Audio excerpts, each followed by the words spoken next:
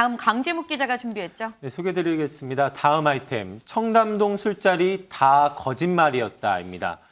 지난 그 국정감사 중으로 논란이 됐었던 이 내용이죠. 이 윤석열 대통령과 한동훈 법무부 장관이 심야 술자리에 참석했었다라는 내용을 이제 주장했었던 첼리스트 A씨, 네. 어제 경찰 조사가 있었습니다.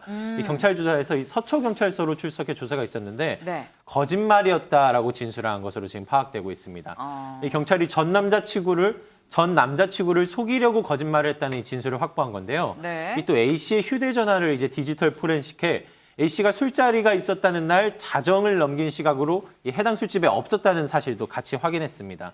논란에 연루됐었던 분이죠. 이 이세창 전 자유총연맹 총재 권한대행 등 이 당시 의혹에 등장했었던 인물들의 위치 정보 등 역시도 이제 영장을 통해서 이제 확인을 했는데 모든 것들을 종합한 결과 해당 의혹이 사실상 허위라고 판단했습니다.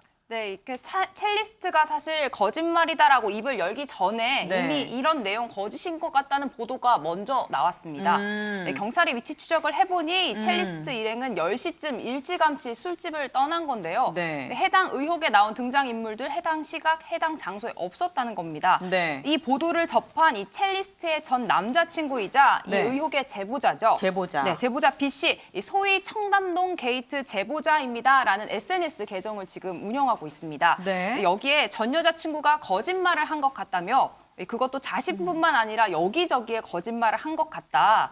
그러면서 자기가 이런 거짓된 제보를 하게 된 어떤 책임을 조금 떠넘기는 듯한 이야기를 올렸습니다.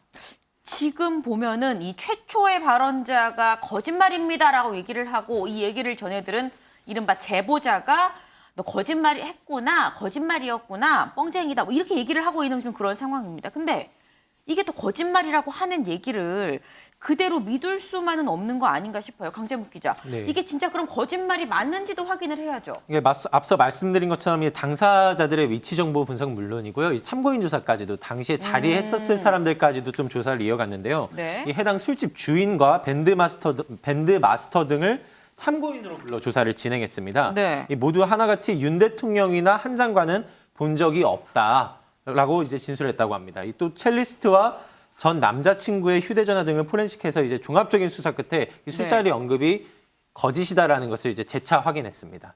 그렇군요. 지금 상황으로 보면 그냥 여자친구가 당시에 사귀던 남자친구한테 좀 부풀려서 거짓말을 한 지금 그런 상황입니다. 이 사귀는 사이에 한 거짓말이 굉장히 지금 공론화가 되면서 좀 커졌는데 이렇게 커진 이유, 이 자리에 이 발언 때문이었었죠. 영상으로 확인해 보시죠. 제가 제보를 받았습니다. 7월 19일 밤인데요. 그날 술자리를 가신 기억이 있으십니까? 책임 있는 말씀을 해주시죠. 아니, 석 달 전인데 기억에 답변을 못 아니, 하시나요? 의원님은 계속 저한테 허황된 거짓말만 네, 해놓으신 알겠습니다. 다음에 끝난 그러면 다음에 사과도 안 하시잖아요. 자, 녹음을 한번 들어보겠습니다. 청담동 어딜 다 들렸어.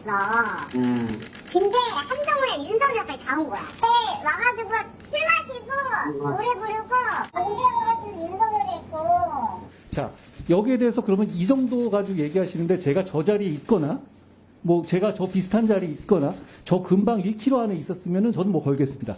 의원님 뭐 거시죠? 의원님, 저는 다 걸게요. 의원님 뭐 거시겠어요?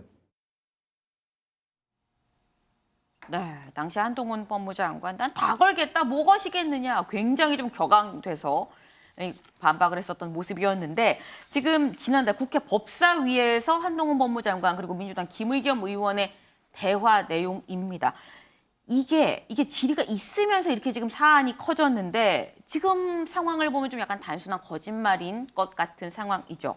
그럼 민지숙 기자. 네. 김의겸 의원은 뭐라고 합니까? 네, 조금 난처한 상황이 됐습니다. 네. 오늘 오전 이 경찰 수사에 대한 입장 곧바로 냈는데요. 네. 이 거짓말이라는 게 사실이라고 하면 이 의혹을 처음 제기한 사람으로서 윤석열 대통령 등에게 심심한 유감을 표명한다. 일단 밝혔습니다. 하지만 이 국정과 관련된 제보를 받고 국감장에서 이를 확인하는 건 의원으로서 당연히 해야 할 일이라며 다시 그날로 되돌아간다고 해도 네. 다시는 같은 질문을 하지 않을 수 없다. 이렇게 덧붙였습니다. 네.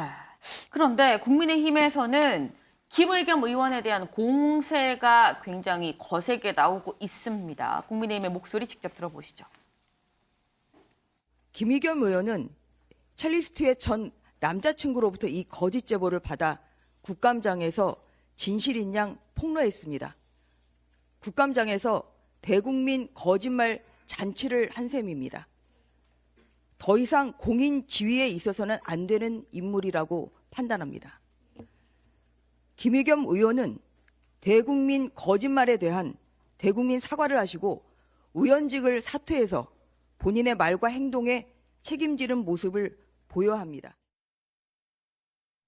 네, 지금 국민의힘에서는 김의겸 의원 사퇴해라라는 얘기까지 지금 하고 있습니다. 그런데 민지숙 기자, 네.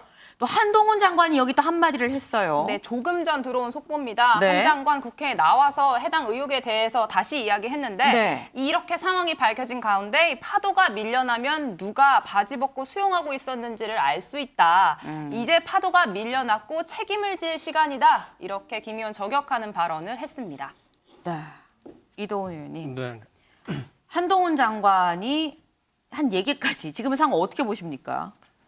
우선 김의겸 의원은 정말 큰 잘못을 했죠. 첫째, 국민을 속였어요. 가짜 뉴스를 유포했어요. 둘째, 윤석열 대통령과 한동훈 법무장관, 국무위원을 명예를 훼손했죠.